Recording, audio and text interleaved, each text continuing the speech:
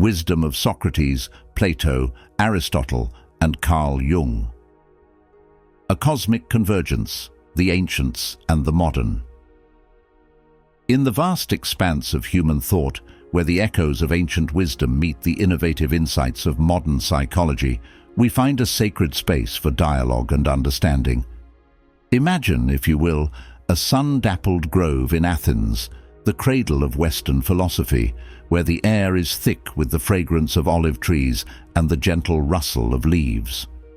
Here, Socrates, the inquisitive gadfly of Athens, sits in earnest conversation with the great philosopher-poet Plato and the empirical master Aristotle. Their discourse is electrified by the presence of Carl Jung, the modern psychologist who dared to delve into the shadows of the psyche, the quest for self-knowledge. Socrates, whose very essence was defined by the pursuit of truth, would undoubtedly resonate with Jung's emphasis on self-knowledge. The Socratic method, a relentless, probing inquiry into the nature of reality, mirrors Jung's explorations of the human psyche.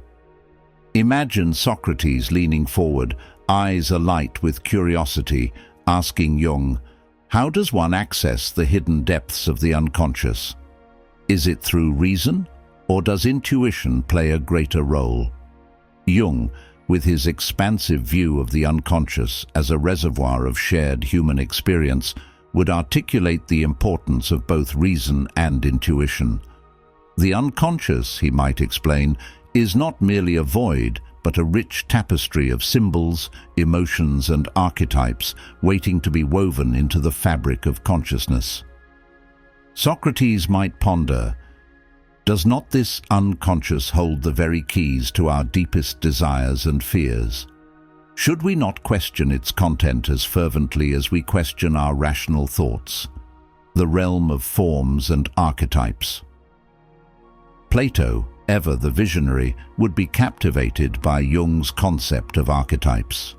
To Plato, these archetypes represent imperfect reflections of his eternal forms, ideal truths that exist beyond the material world. He might inquire, are these archetypes, then, not shadows of the perfect forms I have spoken of? Do they not govern our understanding of existence, illuminating the path towards the divine? Jung would affirm this notion, suggesting that archetypes are universal symbols embedded in the collective unconscious, reflecting our shared humanity. Plato might further wonder whether Jung's collective unconscious serves as a repository of the eternal truths that have been passed down through generations. But tell me, Carl, he might ask, if the individual soul is unique and autonomous, how does it interact with this shared reservoir of knowledge?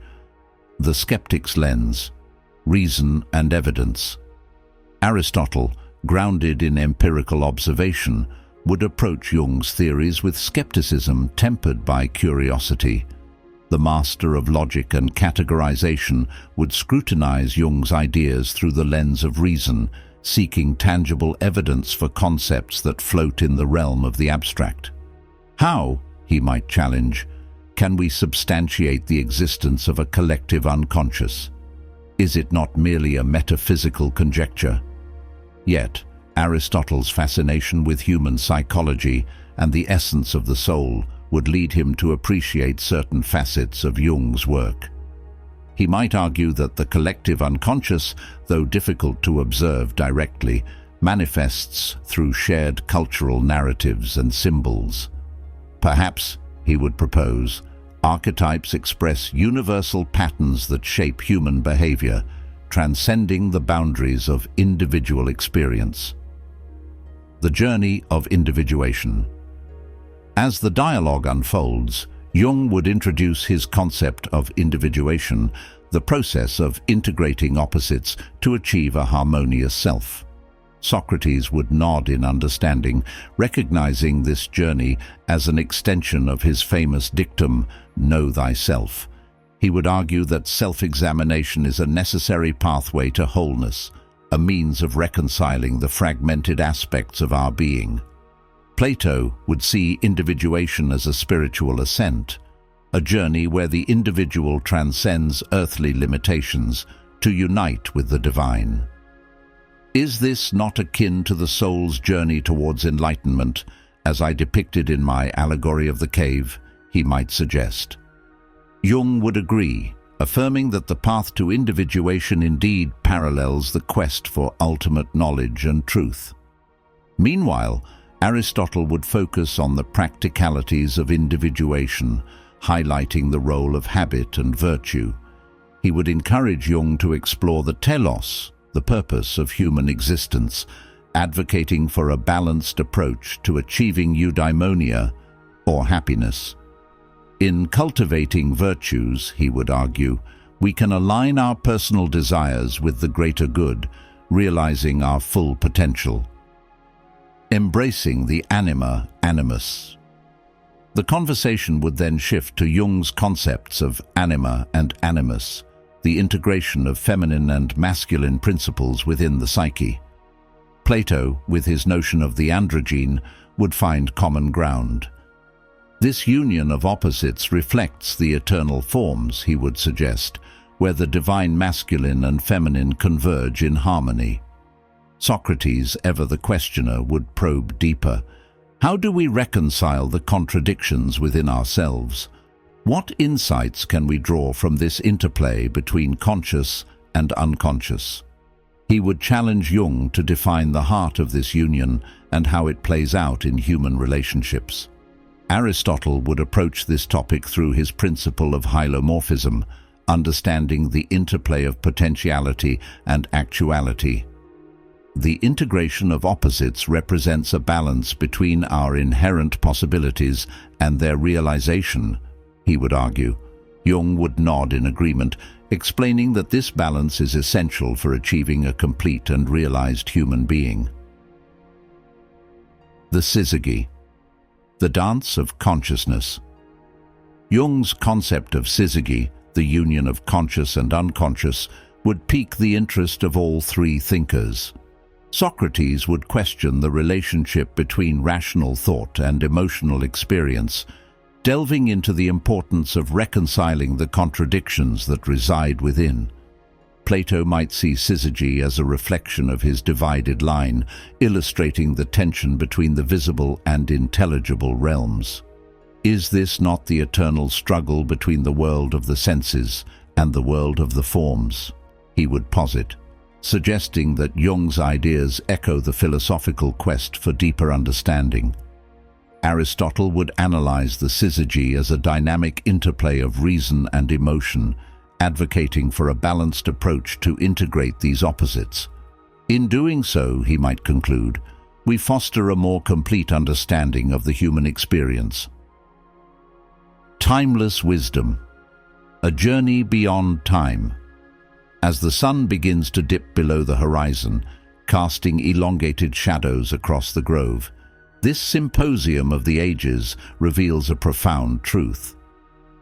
The quest for understanding the human soul is a timeless pursuit, one that transcends the boundaries of culture and history.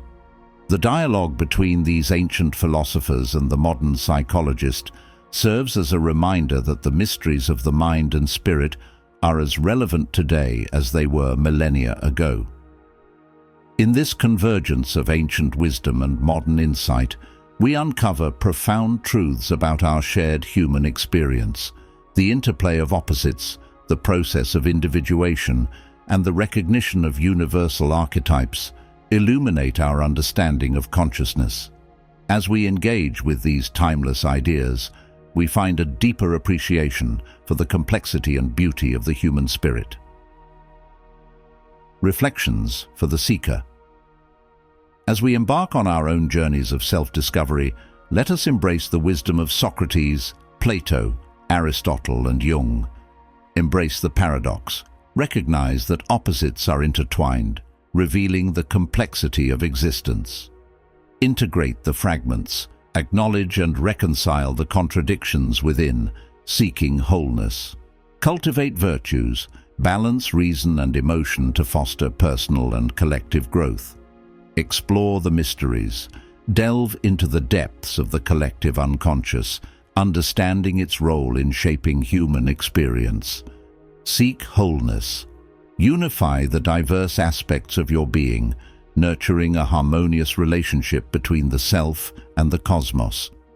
As we tread this path of exploration, may we carry forward the legacy of these great thinkers, integrating the timeless wisdom of the ancients with the transformative insights of modern psychology.